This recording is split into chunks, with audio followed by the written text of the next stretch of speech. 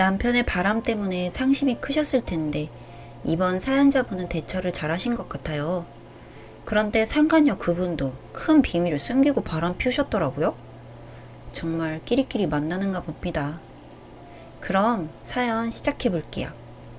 이제는 비극으로만 남은 결혼 생활이 되어버렸네요. 기껏 결혼 4년차에 발생하게 된 일입니다.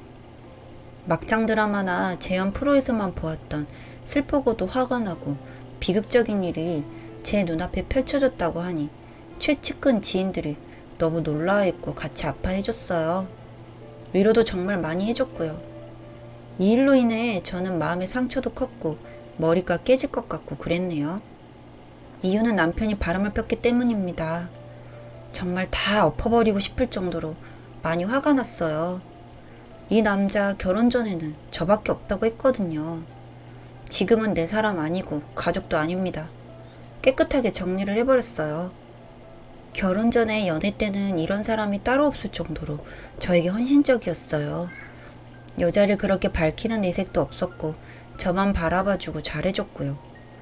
물론 친구들과 만나는 것도 좋아하고 사람 만나는 것을 좋아하긴 했지만 늘 제가 1순위였고 다른 생각은 못한다고 생각했죠. 연애 시절에도 술 먹는다고 하면 적당히 먹으라고 핀잔 주기도 했어요. 그렇지만 기념일 때는 내 선물 항상 챙겨오고 센스 있게 골라주던 사람이었죠. 그런데 이런 사람이 결혼했다고 바람 폈다면 믿으시겠나요? 저도 처음에는 믿지 못하고 놀라웠어요. 결혼 생활 중 이상한 행동을 보였냐 하면 그것도 아니었거든요. 그런데 좀 찝찝한 점은 있었습니다. 하나 걸렸던 게 바로 여사친. 남편은 여사친이 너무 많았어요. 친구들을 종종 주기적으로 만나는 것도 모자라서 그 친구들 중에는 여사친도 있었죠. 저는 거의 남사친도 없을 뿐더러 따로 만나지도 않았는데 좀 짜증나더라고요. 전 남녀 사이에는 친구가 없다고 생각하는 사람이거든요. 여튼 남자 여자 다 가리지 않고 친구들과 만남이 잦았습니다. 나보다 친구가 더 중요한가 싶을 때도 있었고 내색은 많이 안 했지만 너무 자주 만나는 느낌은 지울 수 없었어요. 여사친까지 같이 낀 모임에 나간다는 건 저에겐 정말 신경이 많이 쓰이는 일이었어요. 그러던 중 절 더 화나게 하는 일이 있었어요. 바로 남편의 거짓말이었습니다. 이를테면 집에 있는다고 하고 외출을 해서 술을 먹다가 들킨 적이 있었습니다. 자주는 아니더라도 한 번씩 그런 거짓말을 해서 스스로 신뢰를 깨트리는 것이 전 이해가 가질 않더라고요. 그래서 왜 그랬냐고 물어보면 걱정시키지 않고 조용히 술 마시려 했다는 얘기뿐. 옛날부터 술 여자 도박하는 남자는 조심해야 한다고 하죠. 도박 빼고는 다 문제가 있는 사람이었던 거죠. 제 친구가 우연히 이 사람이 술집에 들어가는 것을 말해줘서 거짓말이 뽀록나게 되었습니다. 처음부터 거짓말을 하지를 말던가 할 거면 들키지나 말던가. 정말 화가 나고 부부간의 신뢰가 확 깨져버리더군요. 이 문제로 정말 많이 싸웠습니다. 하지만 자주 술 먹지 않고 취하지 않게 마시고 친구들 자주 만나지 않겠다 해서 결혼을 결정하게 되었어요. 물론 제가 그 남자를 많이 사랑한 탓도 있었겠죠. 이후에도 회사에서의 회식 문제로 트러블이 나기도 했습니다. 회식이 너무 자주 있었어요. 일 때문에 술 먹는다고 하지만 전에 거짓말에 걸려서 그런지 믿을 수가 없더라고요. 거짓말 하는 것 같고요. 남편은 제가 꼬투리 잡으려 한다 생각하는 것 같았고 그래서인지 저희 부부는 자주 다투게 되었습니다. 이 문제로 저는 많은 생각을 하게 되었고 사람이 술을 많이 먹으면 다른 문제도 생긴다고 생각한 저는 아예 뿌리 뽑고 싶다는 생각이었어요. 이렇게 술 좋아하고 친구 좋아하는 사람과 결혼해야 할까? 그냥 하지 말아야 하나? 많은 생각을 했습니다. 상견례도 하고 시부모님 가족들도 보고 나니 다 마음에 들었는데 남편 될 사람이 가장 문제였었네요. 여튼 이렇게 자주 다투고 잔소리를 하고 나니 이때 이후로 술을 줄이기는 했어요. 하지만 여사친과의 카톡은 여전히 많고 자주 만나서 또 트러블이 생겼죠. 아주 핸드폰하고 붙어 사는 느낌이었다고나 할까요? 저랑 너무 다른 성향의 이 사람. 이런 문제들이 쌓이다 보니 나중에는 이게 바람으로 연결이 되는 신호탄같이 되어버린 것 같았습니다. 기본적으로 이 부분이 다르니까 싸움이 잦을 수밖에 없었고 신혼 때도 끊임없이 마찰이 생겼습니다. 연애 시절에는 그래도 이 사람이 한 번씩 양보를 해줘서 잘 넘어갔어요. 그렇지만 결혼을 하니까 잡힌 물고기라 생각했는지 기싸움이 정말 치열했어요. 그러니 저는 속으로 삭히고 슬퍼하고 마음 아파야만 했습니다. 이러려고 결혼한 것이 아닌데 허무함마저 드는 거 있죠. 이런 허무함을 달래기 위해서 결혼을 하고 나서 오히려 더 일에 집중하게 되더라고요.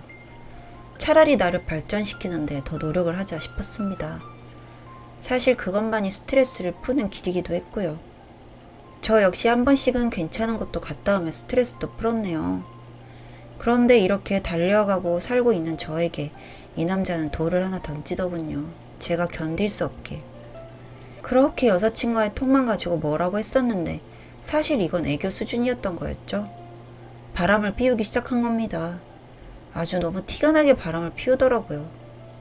어느 날부터 뿌리지 않던 향수를 뿌리고 한 번씩 멋을 내더라고요. 업무상 미팅 때문에 그렇다고 얘기를 해서 처음엔 그런 줄 알았죠. 아무래도 그런 자리는 잘 꾸며입고 나가야 하는 것이 사실이기 때문에 처음엔 넘어갔습니다. 하지만 이것이 끝이 아니었어요. 그래서 뭔가 이상하다 싶었습니다. 하지만 한번 참고 기다리기로 했어요. 혹시나 바람을 피고 있으면 확실하게 증거를 잡고 바람을 피는 상대에게 죄를 물으려면 섣불리 행동해서는 안 되겠더라고요. 의심만으로 화를 내면 발 뺄 수도 있기 때문에 증거가 확실해지면 행동으로 옮기기로 했습니다. 그때 가서 한다 해도 늦지 않는다며 마음을 다스려가며 기다리기로 했어요. 그리고 드디어 판도라의 상자가 열리더군요. 남편이 씻으러 들어갔을 때였어요. 마침 폰을 놓고 들어갔더라고요. 평소에는 씻을 때도 들고 들어가는 인간이거든요. 그렇게 누군가에게 울리던 카톡을 확인했습니다. 카톡은 오빠 보고 싶어, 사랑해 라는 카톡. 그 톡을 보자마자 예상을 했었지만 화가 머리 끝까지 나더군요. 미칠 것 같았지만 또 한 번 참고 조용히 복수의 칼날을 갈기 시작했습니다. 이렇게 당하고 있을 수만은 없다 생각했죠. 기회만 보고 있었습니다. 현장을 덮칠 수 있는 기회 말입니다. 남편이 퇴근하던 어느 날 저는 연차를 쓰기로 했습니다. 그리고 남편이 직장에서 그 여자와 팔짱을 끼고 걸어가는 모습을 보게 되었습니다. 둘이 아주 좋아 죽더군요. 보는 내내 열통 터지고 화가 났지만 우선은 증거를 남기는 게 먼저라 생각하고 그렇게 그들을 따라갔습니다. 식당, 카페, 모텔까지 정말 데이트 코스가 완벽하더군요. 헛웃음이 나왔습니다. 영원히 안녕을 고하기 전에 깜짝 서프라이즈로 그 둘이 있을 때 자연스럽게 접근하기로 마음먹었습니다. 혼자만의 힘으로는 좀 어려울 것 같아 친한 친구들에게도 도움을 요청했어요.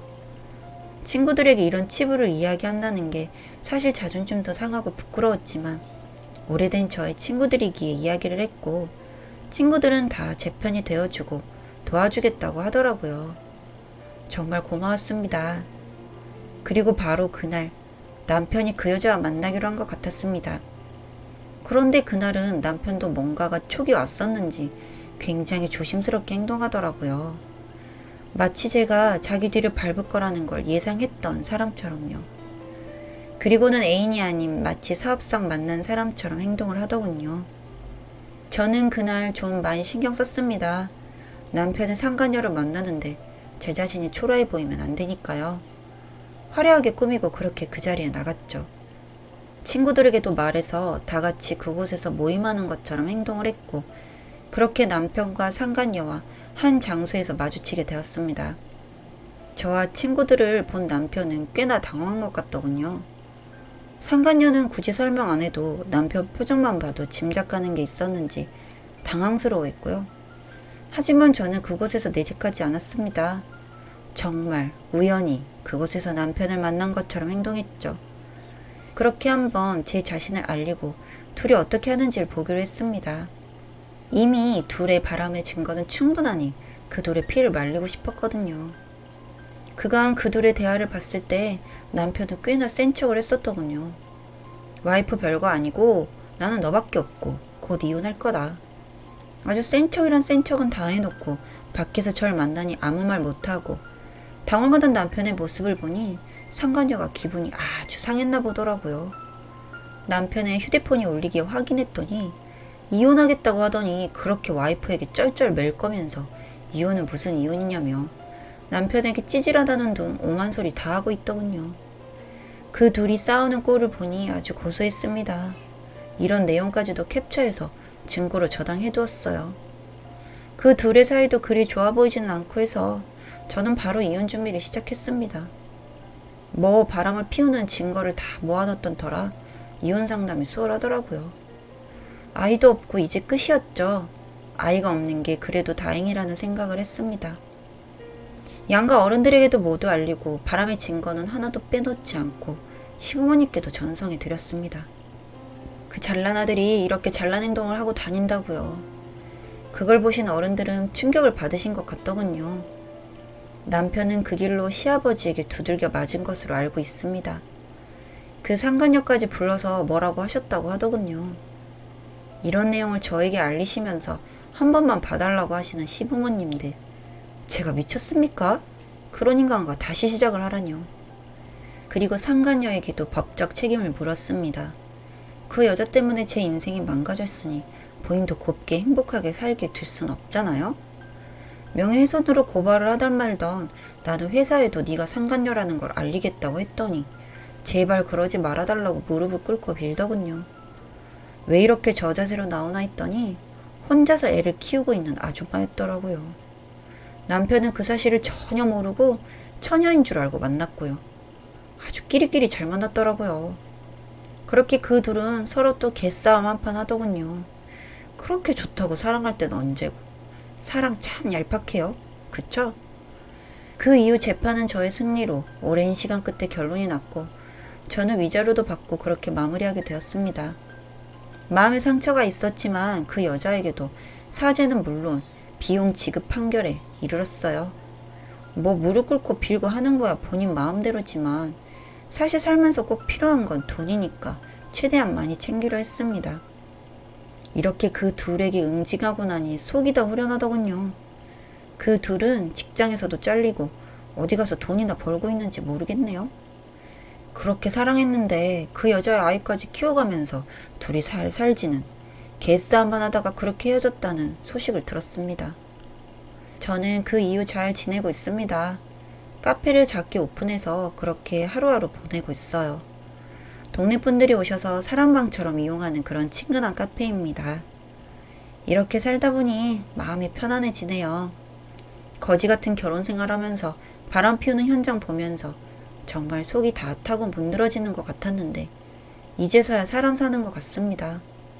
그 둘의 몰락이 저에게는 삶의 큰 기쁨이 되었네요. 혹시라도 지금 배우자가 바람을 피우는 것 같다면 절대로 바로 티내지 말고 증거를 모으셨으면 합니다. 제가 수월하게 이혼 소송을 진행할 수 있었던 것도 참고 참으면서 증거를 모았던 것이 정말 큰 역할을 했거든요.